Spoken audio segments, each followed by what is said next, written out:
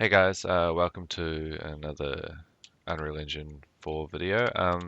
This one's not a tutorial as such, it's more I was just jamming the other night and came across four-dimensional shapes and kind of wanted to make my little interpretation of what I thought could be done with it. I mean, there's going to be people that'll be like, "Hey, that's not a four-dimensional shape." I'm like, it's more just it looks cool. Like this is the final product that I'll be showing you how to make. It's just a pretty trippy shape.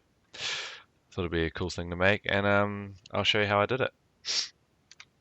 So the first thing you'll need to do is make a material, and just find where I made these. Yeah, I'll make a new one from scratch to show you how to do it. It's like it takes advantage of the you can make wireframe. You can like put textures only on the wireframe or something. It's quite cool. So if you press 3 and click, you make a vector. Pretty sure most people know that by now. And if you go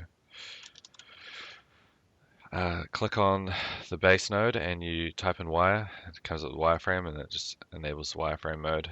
If you have a look at that, it's quite cool.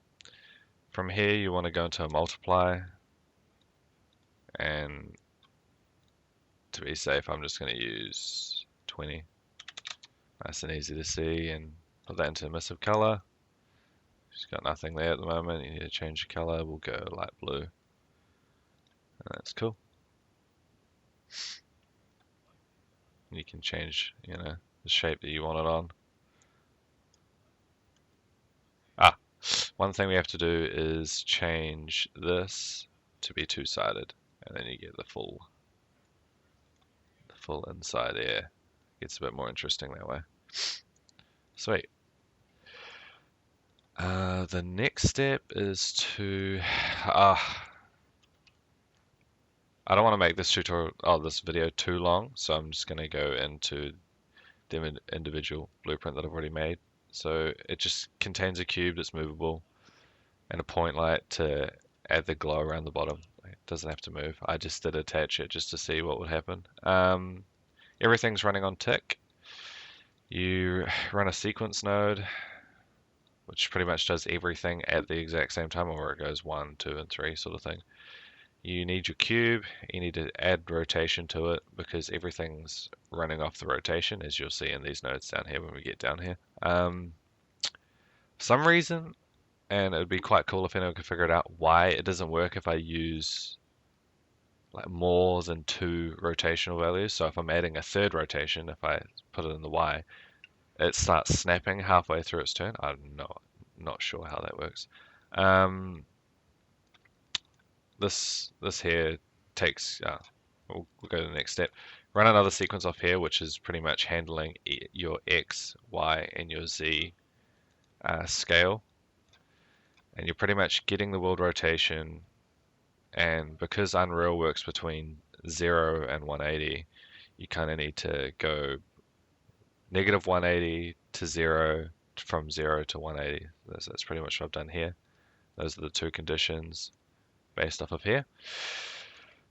And it just sets your scale between 2 and 1 and 1 and 2. So pretty much at one point you'll be at 2, you'll rotate through to 1 and then rotate back to 2. And so it'll be a smooth transition of scale. So you'll go from big to small to big. And yeah. And that's how you get the effect when you place 2 cubes together, if they're rotating in the exact same speed, that if you start them at the opposites, then one will be big, one will be small, and then they'll pass through at the right rotations, and then one will become the other, and that's you kind of cheating the four-dimensional trick. So I pretty much do the exact same thing for the X, the Y, and the Z here. So I'll just pan slowly. If you really want to copy this, I'm pretty sure there's other ways to do this. It's nice and easy. Yeah, I'll show you. There's the only difference here is I'm pretty sure. Yeah, I just swap what it's looking for. Just literally make it the complete opposite of what I've done before. And yeah, so when I press play now, you'll see the inner cube is small, and then when it's rotating around, it gets larger. I can slow this down. We'll make it nice and slow for everyone. Anyways, this is a slowed down version. So when you're at this point, you're at one's big, one's small, and then they go to meet each other and then swap. And it creates the illusion that they're kind of pushing and pulling together. This is more of like a cool, I don't know, material trick, if anything. Probably want to have it higher. And yeah, that's pretty much what I did was I used the first instance and then I doubled the size. So you pretty much have like a quad effect here. And just look quite cool. Let me know in the comments if there's anything you guys want me to do. I'm not sure. Like, one thing I'm probably going to do is a spline tutorial where I teach you guys how to use splines to do paths and run that through Sequencer, because I've been actually working a lot using Sequencer recently, and I've learned some pretty cool things that I haven't found any content for online. I've kind of had to do it myself, so I feel like it's probably a good thing to put out there for you guys. And yeah, that's the end of this video. And if there's any questions, put them in the comments as usual. And yeah, definitely look out for more videos because I've got a lot more time now, so probably going to be starting to make more. Thank you.